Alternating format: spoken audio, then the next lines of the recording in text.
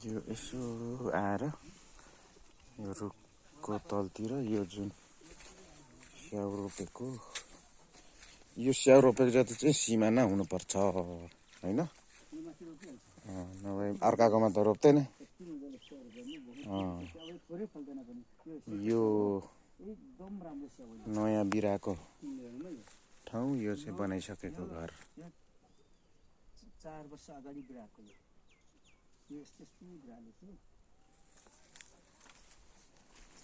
यो सबै नयाँ घरको लागि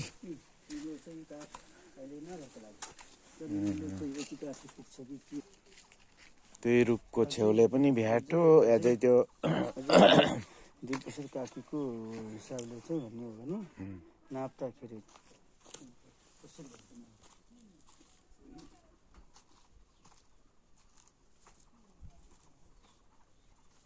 अन्तरे डाँडा यो टप्पु पनि हाम्रो हो। अन्तरे डाँडा र यो घर चाहिँ ठ्याक्कै हाम्रो सिमाना मिचेर सिमाना यो घर पनि बनाउनु लागेर बिराको रहेछ। अब यो थाहा पाएर छोडिदिएको अवस्था। अब यो घर चाहिँ ठ्याक्कै हाम्रो जग्गामा परेको अवस्था है। अब यसलाई मिलाउनु पर्ने हुन्छ। बनाइ त हाल्यो दाजुभाइले। यो छेउ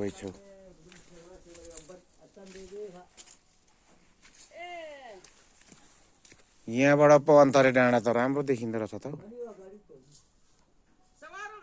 सेवारो हो कता हौ खोइ अनुहार देखिँदैन त।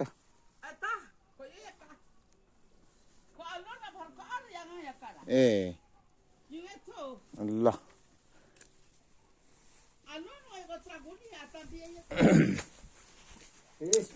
यो बाँसघारीले त्यहाँदेखि यसो माथिबाट लगेछन् होइन। यता त सम्भवै छैन। बाँसघारी रहेछ यताको होइन। यो डिल त अनि सो त उयो पर्ने रहेछ।